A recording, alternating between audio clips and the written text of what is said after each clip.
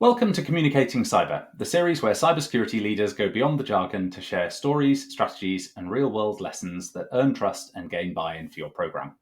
I'm Robin Oldham, founder of Cydia, and I've spent 2 decades helping organizations defend themselves against cybercrime and thrive in the digital world. From advising boards during crises to shaping long-term strategy, I've seen just how powerful the right conversation can be. In each episode, we'll explore how CISOs and cybersecurity leaders tackle one of the industry's biggest challenges: communicating complexity in a way that's clear, compelling, and connects with people. This is your space to learn, share, and be inspired by your peers. Joining us today is Tim Grieveson, Chief Security Officer at ThingsRecon. With over 25 years in technology and cybersecurity roles across the globe, Tim's helped organizations tackle risk head on. He's led security for companies big and small across both public and private sectors, managing teams of hundreds and budgets in the tens of millions. Previously Chief Security Officer at Aviva, part of Schneider Electric, and Global Advisor at BitSight, Tim's also been named one of the UK's top security professionals in the CSO 30 Awards. But what really sets him apart? He's known as the Chief Storytelling Officer, someone who brings clarity to cyber and make it something people actually want to talk about. Tim, it's great to have you on. Thanks for having me, Robin. Great to be here. So, Chief Storytelling Officer, a bit of an unusual role or title. How did you get that? By chance. One of the things that I realised as my career developed over the last 25 years is it's not just about the technology anymore. The security leader's role has really evolved and changed. So part of that is about developing the strategy for the organisation, but importantly is being able to communicate that, enable the strategy and demonstrate ROI to the business. So by doing that and really speaking to boards and executives globally, I realized that it's less about the technology and it's much more about the people and the communication and the language that you use to get executive buy-in. I think that's a really important point, picking up on the different language that you can use, and obviously parallels there when it comes to telling stories and helping people to understand what it is that you're trying to communicate with them. How did you go about tailoring that cyber message? You mentioned a couple of pretty different audiences there, from kind of execs to, I guess, engineers and wider kind of employees. How did you go about tailoring those messages? So the first thing I did is actually understood that it's not about just security as a strategy, it's about the business. So worked with all the organizations I've worked with through my career to understand what the business strategy is, understand what the risk appetite of the organization is and what the company is trying to achieve. But then doing that, aligning it to something you can measure. If you can't measure it, it's really difficult to actually go and say if you've been successful or not. So I actually have a series of things I normally do. So this is my 101 of being a good storyteller and being able to get buy-in. Your storytelling playbook. Absolutely. So the first one is aligned to business outcomes. When you're creating your cybersecurity strategy, it's not technology or controls for control's sake. It must achieve something that the business is trying to do, whether that's, grow the business, protect customer data, break into new markets, aligning your strategy to those outcomes. The second thing is using language that the business understands. So financial terms, so EBIT, contribution, margin, and the language that the business understands in terms of risk. So do they have a risk appetite or a tolerance to certain risks? If not, help them define that. And many of the organizations I've been in don't actually have a risk appetite and don't understand what risk appetite looks like. So it's helping them to mature that thinking. I've seen a few quite interesting ones in my time as well. From pretty what seem innocuous terms like, our risk appetite is balanced, or words like this that they're quite difficult to actually then translate into what that actually means and the action that you'd need to take. So that's the third thing is make it relevant to the business. So you're absolutely spot on. So, use industry stories, facts, figures, and impact. So I think the media does a really good job of describing massive incidents and massive breaches. So relate that to your business and your outcomes and the way that your business operates, allows them to understand it. The fourth, use metrics to visualize things, use things that they can see, they can view, and actually ask what the business wants to see. There's no point in telling them about speeds and feeds and lots of, patching and lots of, antiviruses if it doesn't mean anything to them. What's more relevant is that particular production system is offline for a period of time and you lose X million dollars. And then presumably linking that back to the business strategy in some way. What is the Linking it outcome? back, so How seeking continuous feedback. Absolutely. I mean, feedback is important. And what I say is go and talk to the people that are your supporters, but also the people that aren't. I find that valuable feedback from all sources is really useful, and then use that to foster a belonging and build a culture in the business. So security isn't just the CISO's problem; it's actually everybody in the organization. Yeah. So there's an element there of kind of why doesn't this resonate with, if you're speaking to a detractor, then the questions might be things like, why doesn't this resonate, or why isn't it helping you, or those sorts of, more of not what do you want to see or not see, but the kind of reason why the current way that you're communicating isn't working. Yeah, I mean, because typically security is seen as the no people. We can't do something. The way I try and do that is, how do we turn that no into a yes by enabling them to do what they need to do, but doing it in a safe and secure way? Again, measuring that against a framework or a control or a standard. And then I think the final thing I'd sort of add to my success is making it value driven. If the company has certain values, link to those values your program. And what you actually find is it then makes it much easier to get support across the executive and across the team and across the staff, because they understand then what their part is. So, when I was at BitSite, as a good example, it was humility, integrity, community, and curiosity. Those are really nice values that I thought resonated with me as a security professional, but also then allowed me to deliver a program meeting those values as we secure the business, help grow margin, and help make security an enabler that really differentiates the business rather than being an organization that says no to everything. Gotcha. Yeah. And do you think there's an element there then? Is it, like you say, those values resonated with you as a security person as well as being kind of applicable across the whole organization? Do you think there's an element then that kind of a security professional success can also be linked to a um, a clear and well-defined business strategy and values? Do you think that would be more difficult if it's poorly defined, or if the organization isn't clearer on its values or what it's trying to achieve? So I won't name and shame them, but I've worked in organizations where the business strategy wasn't clear and it was very ad hoc in approach. So that's where security actually helped drive that. So in 2 or 3 of the organizations, by putting in the security strategy, we helped inform the IT strategy, which then helped inform the business strategy in terms of where they operate and how they operate. So by employing the framework, you can actually help the business as well in terms of the way it behaves. Um, Yeah. and I think by engaging with everybody across the business at the different levels, to your question, you actually get valuable feedback in a language they understand, and your your retractors, as you said, become actually your biggest advocates if you get their buy and their support, and get them to help celebrate the message across the business.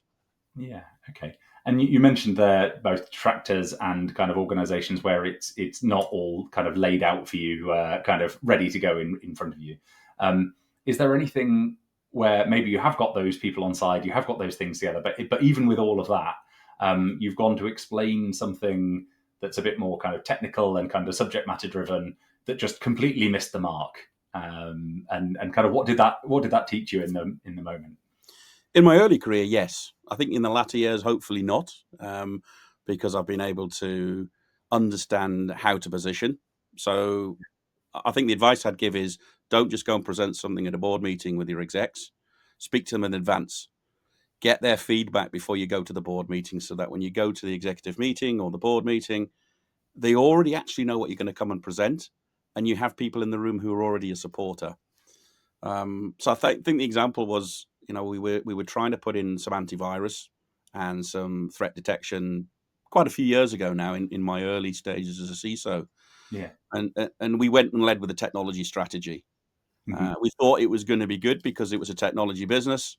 The reality is the people at the board were very non-tech savvy. They were more interested in margin, growth, sales, contribution for the business.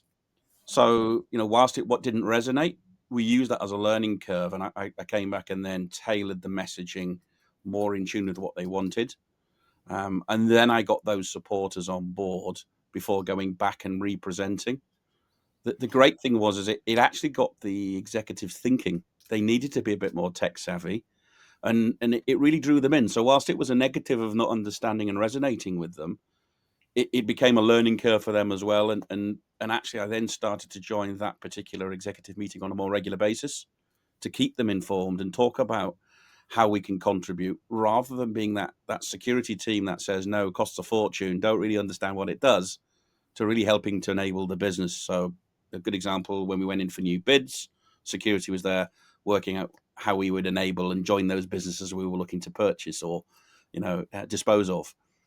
Security were there when we're bringing on new vendors and suppliers. So it really gave us an opportunity to see more across the business.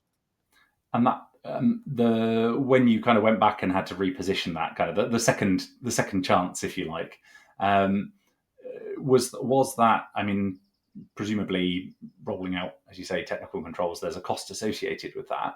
Um, I'm guessing the message wasn't, by the way, we're going to lower your profit or your margin, despite the fact that that may have, if everything was static, that would have been the outcome. But it was perhaps more about what business that might unlock, or kind of there was probably I'm guessing a positive spin or story that went alongside that. There was, and it was exactly that. We by going back, and I use the word we because it became a joint effort for my entire team. Yes, I was the person at the beginning, but I actually built a team that all understood the message and what we were doing and what that vision and what that value was. So what actually occurred was we were able to work in new geographies we hadn't thought about as a business. We were able to do it, and the cost of sale was reduced because developers were building it once, building it securely, rather than having to go back and retest. So that reduced the testing and the rework. The other area is it also helped the business think about the markets that it needed to go into and Mm-hmm. what that initial cost to set up would be. So we actually decided in a couple of instances we wouldn't go into markets because we actually found that the security element would have cost us more than we would have liked, and the risk would have been too high. So we became that business enabler and a much better partner, I think is the word language I'd use with the business, rather than a team that normally is in the basement, normally comes along when everything's gone wrong and the data's all leaked out the business. Gotcha. And so it sounds like you developed in that instance quite a good working relationship with the execs that were and potentially wider board members. Um, have you, if that was early, kind of, we were talking about kind of mistakes and learning from them, and kind of that being earlier on in your career, were there things that you learned out of that where you found that it really did resonate, that you then has kind of become your go-to kind of well, these are my principles, if you like, for when I've got to kind of engage a new management team, or what's your kind of go-to strategy to make messages land in different environments? I think there's a couple of stages. I think the first one is right up front, define what success looks like with them. So agree what we're trying to achieve. What's the common goal? Because if you don't that, you'll never hit your target that you're trying to achieve with the business. The second one is really establish what that risk appetite from a security standpoint looks like, try and define it, and then marriage that back to the success. Find a way of measuring what you're doing. I was going to say, just on that risk appetite, is that something that you've we talked about having some sometimes they're ill-defined words balanced. I saw one once upon a time that was "nothing ventured, nothing gained," which is a particularly interesting one of how you actually, like I say, how you actually go and put that into practice as a as a yardstick for measuring whether a risk is good or not. Is that something where those financial measures can be particularly helpful? Like you might see with financial risk. Is there anything around that you've kind of that you So, found works particularly so well? I don't think cyber risk is any different than financial risk or any other risk. It's actually another risk to the business, and we know it's growing. So The important thing is actually to link it back to that outcome for the business and then link it back to a financial term. So when I Okay. come to the board, for example, I don't say we've had so many incidents. What I will talk to them about is this is the cost of the incident in terms of recovery, downtime, lost revenue, lost margin. And that then makes the investment proposal much easier. It's less of a yes or no, but how much do we need? And the appetite is something that you actually challenged with the business. So when I went to one organization, I talked about where we would tolerate no risk, and I said, well, is that true? Would we tolerate no risks at all? Well, we would tolerate a small amount of risk, and then you actually start to tease out for them what their appetite to risk was. And what I found out is they were happy to risk up to $1 million. It was a multi-billion-dollar business Yeah. in certain areas with certain customers and certain clients. So what we started to build with the board and the executive team was a real understanding of what matters. We all Hmm. use the words the crown jewels, but that is the crown jewels. What does the business value? How does it value it? How does it rate it? And how does it measure it? So when Yeah. I went to talk about investments, I would always put a risk down to the cost of doing it, the cost of not doing it, and the cost of actually an incident occurring with the likelihood and the impact.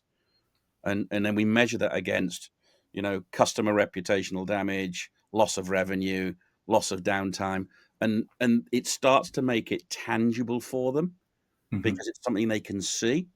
And Yeah. and, and I actually And found them arguing sometimes that the number was too small that we'd proposed, and they wanted it bigger, which was really unusual and remarkable in terms of investment proposals. yeah, I think I've found, I think we're all very quick to say there's no such thing as 100% secure, but at the same time, like you say, oh, we don't want to take any risk. And it's like, well, both of those can't be true. And there has to be a certain cost of doing business, right? Nothing kind of comes for free. Um, I've found in some, uh, if you take hospitality, for example, they're kind of more familiar with concepts like wastage. So, expressing, kind of linking it back to kind of analogies like that, things that resonate from a broader business and kind of industry perspective can sometimes be quite helpful. You're if you're pouring a pint in a pub, it's not that if you've got a keg that's got 72 pints in it, you're never going to get exactly 72 pints out of that barrel. So expressing it in those kind of terms can sometimes help people get their head over that initial kind of we can't tolerate any risk, and which maybe is where people are driven towards being the kind of saying no, because that's the message they've received. We can't take any risk, so therefore the answer has to be no, and then business gets frustrated because you're saying no when actually that was, the what was being said and the level that was expected were perhaps different things. Yeah, and that's my experience as well. Is when you go and talk to them, and they said, "Well, we'll accept some risks," and I said, "Well, are we accepting a risk, or are we tolerating a risk as long as there's a compensating control in place?" And the way I got to many of the risk appetites and the risk definitions in probably 5 or 6 of the firms that I've worked with is we'll tolerate a risk, we won't accept a risk, and that's quite obtuse compared to normal risk practice where you'll accept a risk or you'll transfer a risk. We I was say going to we'll say, and tolerate it. what do you mean by tolerate? Is that like we will kind of accept it for a certain time period and then review, or what do you mean in that kind of So context? tolerate a risk is where the organization accepts there will be a level of risk involved, but for a defined period of time, Hmm. or where the risk is low. So the cost of recovery or the cost of losing a client doesn't impact the material drive and growth of an organization. Yeah. So, Okay. and the reason for that is some things you just can't fix. So for example, political instability in the world. It's not something you can really control, but what you can do is you can put appropriate controls in place, and you can have a mitigation plan to move your operations or downsize your operations or change your operations. So when I'm talking to the board, it's about understanding ways of transferring or tolerating or moving that risk rather than just ignoring it. Because I've seen a lot of that where businesses say, well, if we don't look for it, we Yeah. don't know about it, therefore we can't actually do anything about it. And unfortunately that doesn't wash when you've had an incident and the ICO or somebody is all over you.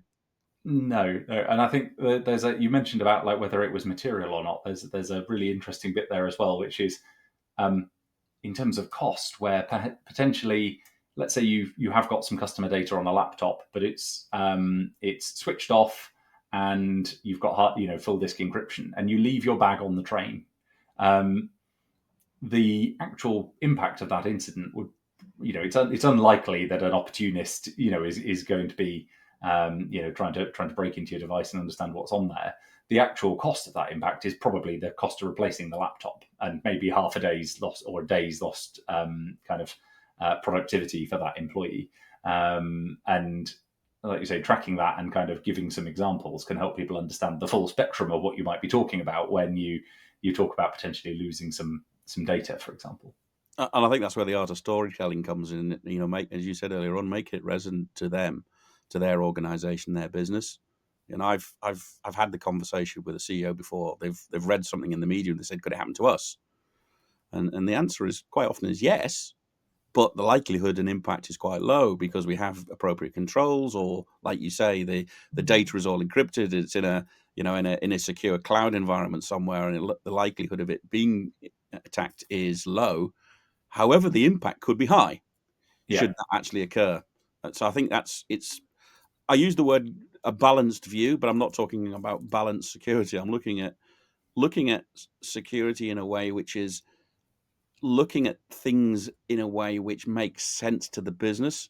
You could spend a lot of money on solving something that actually isn't a problem. Yeah. But the tick box on the regulation says you need to do it. So, my view of regulations versus security is security should be done for good security principles, not just to meet a compliance regulation. Yeah. If you do security properly, regulations actually come out and are appropriately measured and dealt with, rather than just doing a tick box. Because I've seen so many organizations that tick the boxes, still have an incident, and still lose millions of dollars. I think increasingly they're kind of driven by an organization. They encourage you to take a risk-based approach, right? And to understand what the actual risk to your organization is, and therefore what is a proportionate and pragmatic set of controls to put in place. And you mentioned there a little bit about, the kind of taking a balanced view. We were saying a few minutes ago about kind of the cost of doing business. There is a spectrum of things, aren't there? The same category of risk or incident can be both a high impact, low probability thing, and also something that happens really frequently but has very little impact on a routine basis.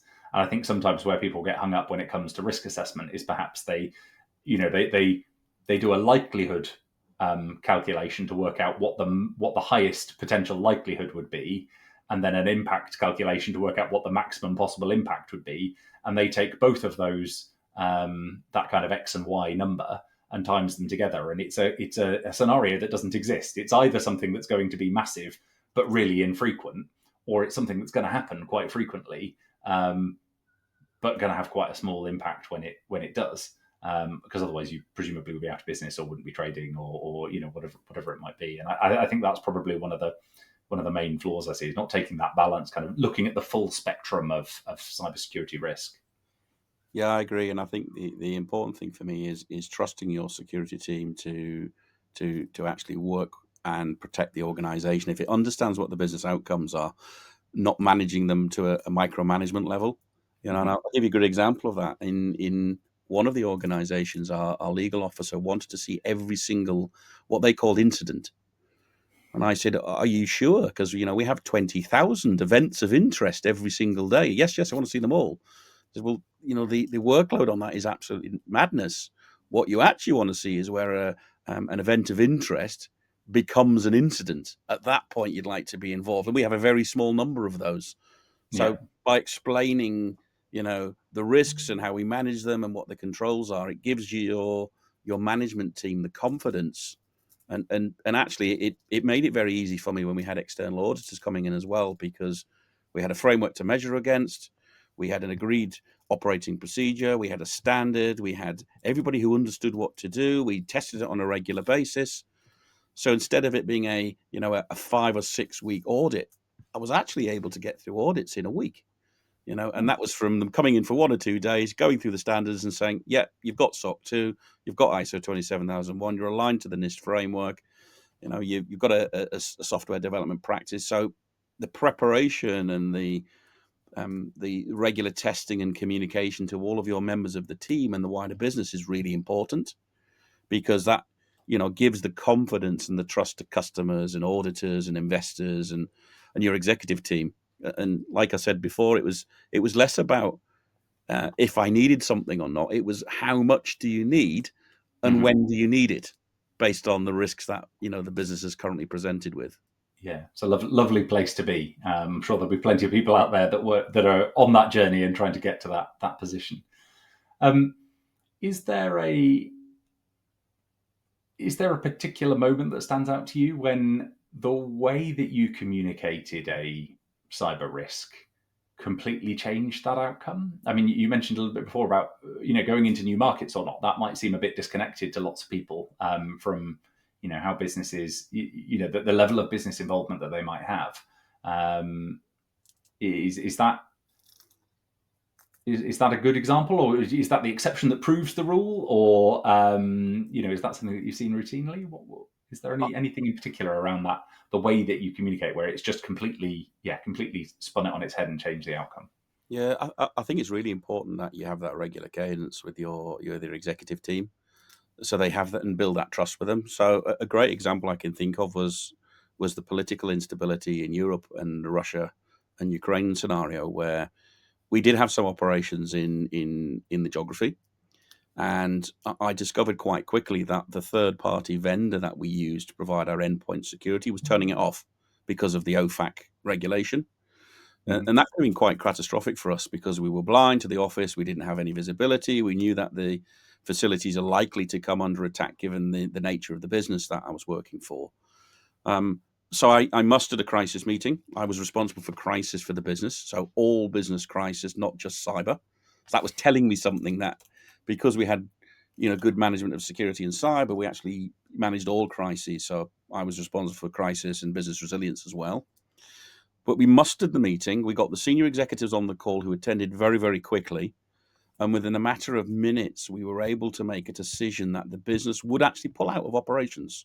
So significant, impact to the business, significant number of people if impacted. We were able to displace those people into other offices. We were able to move our operations. We were able to remove the assets. IT were able to do it in a controlled manner. And that gave me the confidence that the business really understood how important our role was. They were able to make decisions based on data and evidence and facts that we were able to give them, because I was able to tell them the number of machines we had, the number of people that were impacted. We were able to explain to them how we would actually go about the exercise of extraction. And if I don't think we'd had a good relationship or been able to communicate that well, it would have probably taken a lot longer to go through that process. I've seen it in previous organizations where a decision wasn't made, and then unfortunately, a material impact happened, and people's lives were put at risk. So, you're not just dealing with cyber, you're dealing with people as well at some point. Yeah, and I think interestingly there, you've mentioned we a lot, but I'm assuming that wasn't just on your shoulders, right? There was a lot of, like you say, data, things that needed to be pulled together in quite short order there. So that sounds like quite a big team effort.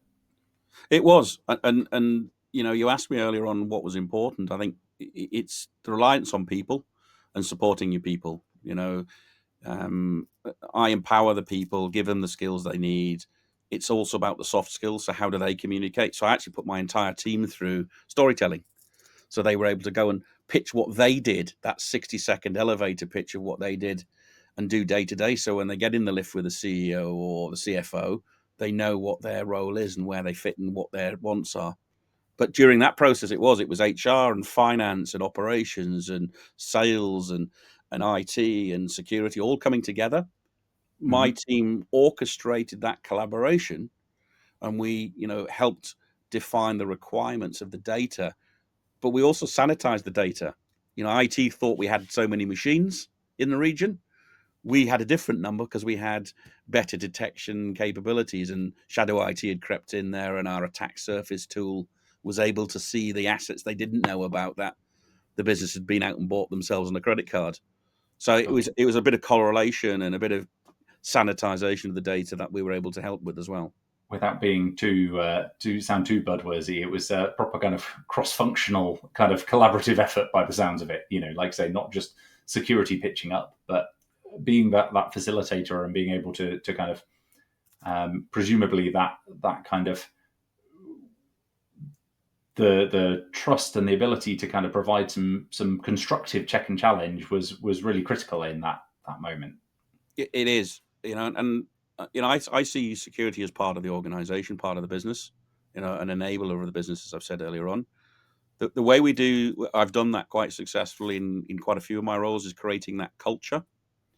And culture for me is not just, awareness training that you do annually. It's continually making people aware, creating brand ambassadors out in the business. So getting people in HR and finance and legal to be part of security operational capabilities. I also recruited people in marketing, believe it or not, to help me with the messaging. So when we're putting, messages out there or incident responses, it was in a language the business understood. But I think I've seen other organizations as well where they've got larger security teams. Actually, what you want is someone who is a communications professional as part of your security team, not necessarily as part of the marketing team, but to help you do the internal communication job. And that isn't to say that, if you're a 500 person organization, you must have someone like that in order to be successful. But, these were organizations with tens of thousands of people and tens of people in the security team. And I thought it was really fascinating where, leaders had kind of, as you say, gone out and recruited the kind of specialisms that they needed, not in the cyber sense, but in the kind of the wider kind of disciplines that they're looking for, that kind of communication piece, the ability to kind of engage with people.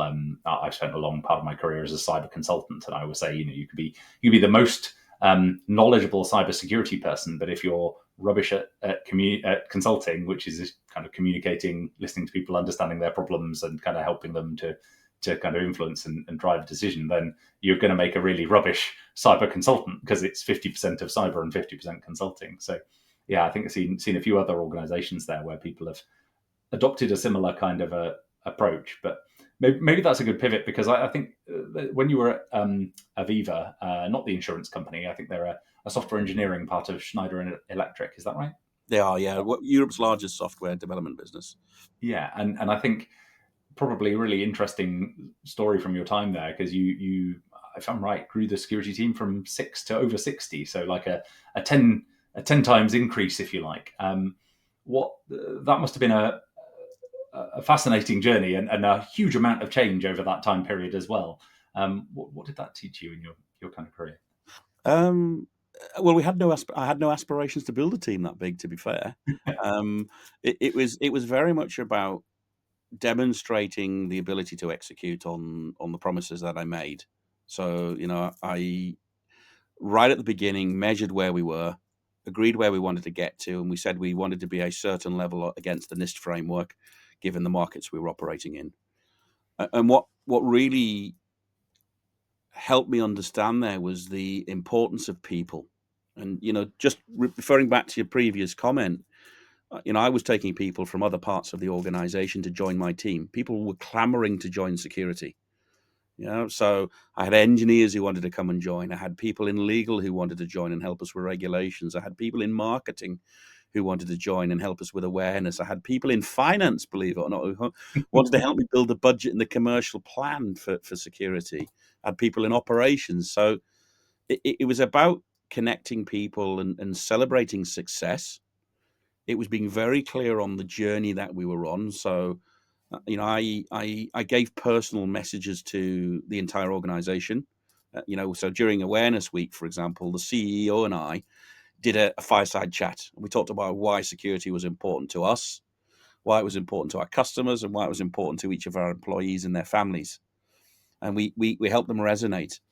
The other things that I really learned was,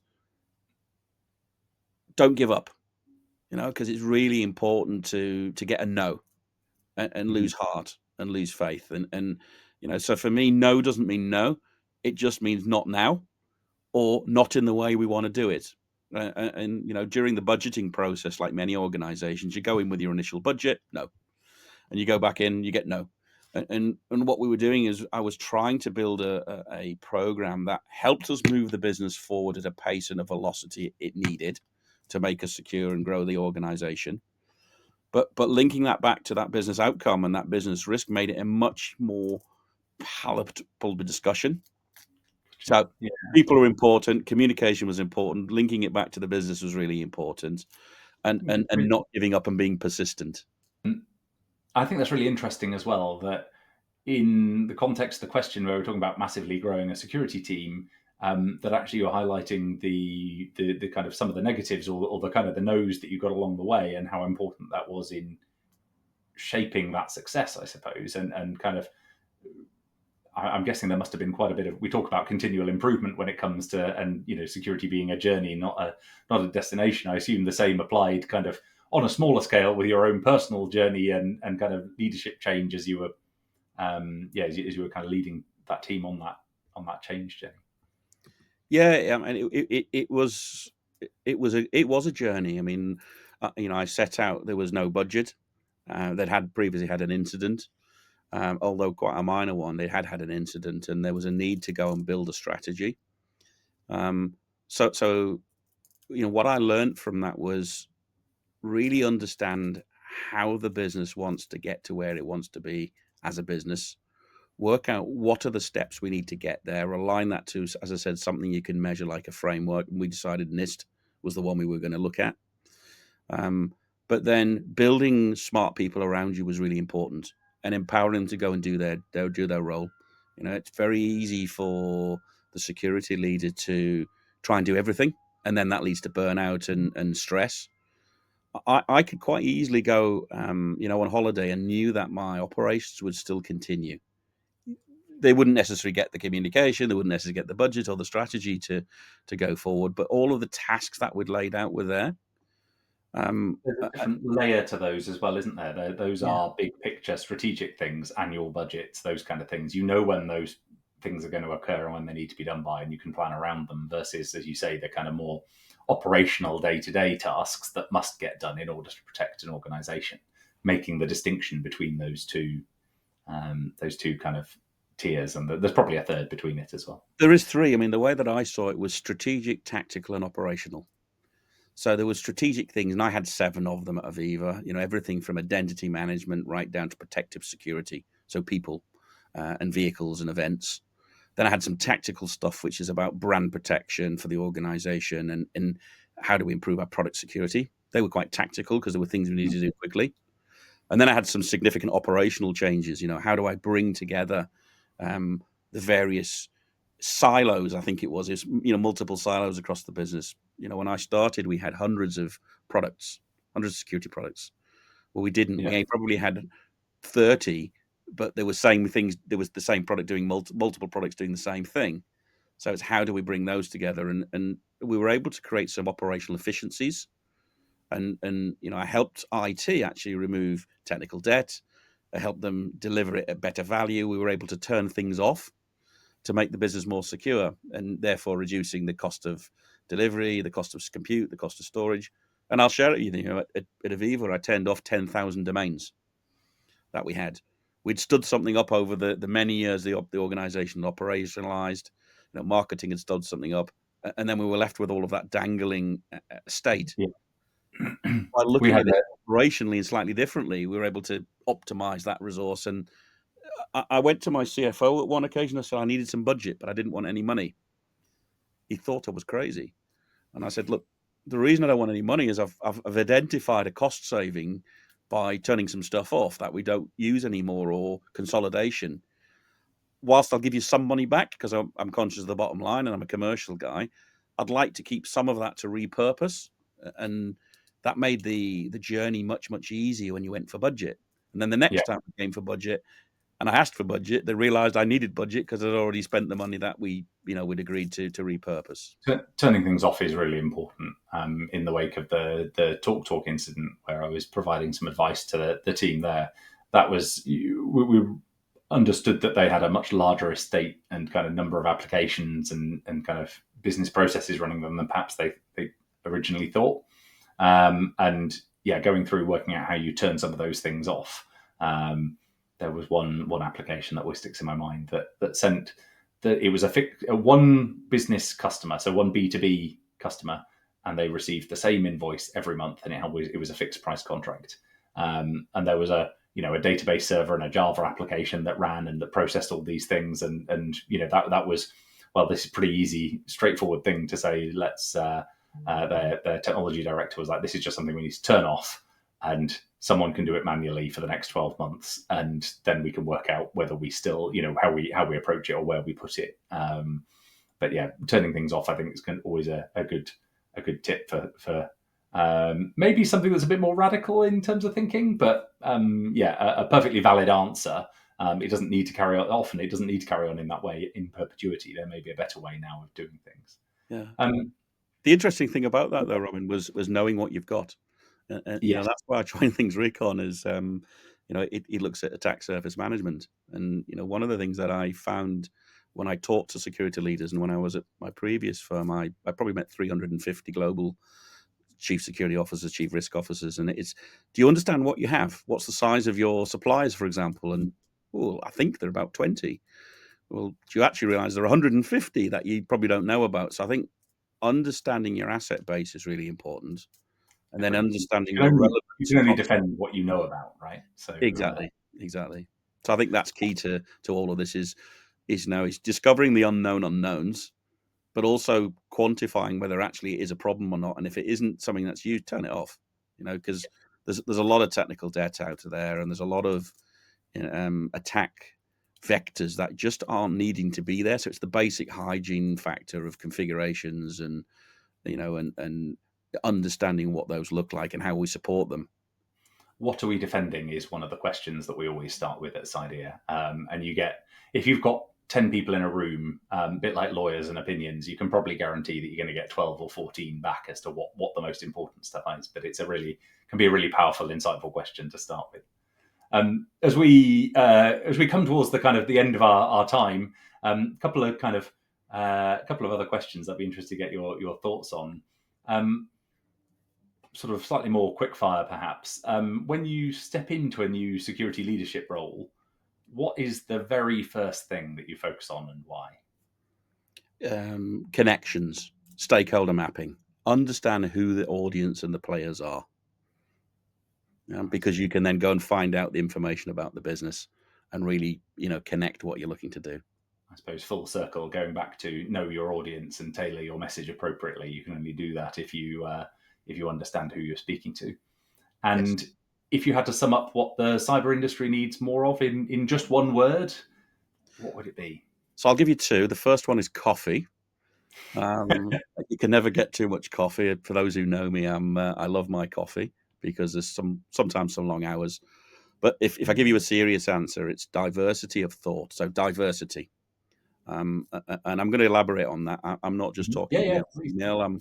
I'm talking, people from different backgrounds, different cultures, yes, but also people from different sectors and different job titles. So as we talked about earlier on, bring people into marketing, into security, bring people with customer service, bring people with engineering backgrounds, bring people who perhaps have ADHD or skills that help them be hyper focused on researching and threat hunting and looking at things differently. I'm a massive advocate for diversity of thought. Yeah, really broad, in the broadest sense, I guess, there. Like you say. Tim, huge thanks for sharing your insights and stories, and for showing how powerful, I suppose, that kind of those human conversations about cyber can be. That's it for this episode of Communicating Cyber. If you've enjoyed today's episode, please do share it with a colleague or friend in the industry. And if you've got your own story about communicating cyber, I'd love to hear it. Just drop me a message on LinkedIn. Thanks for listening, and see you next time.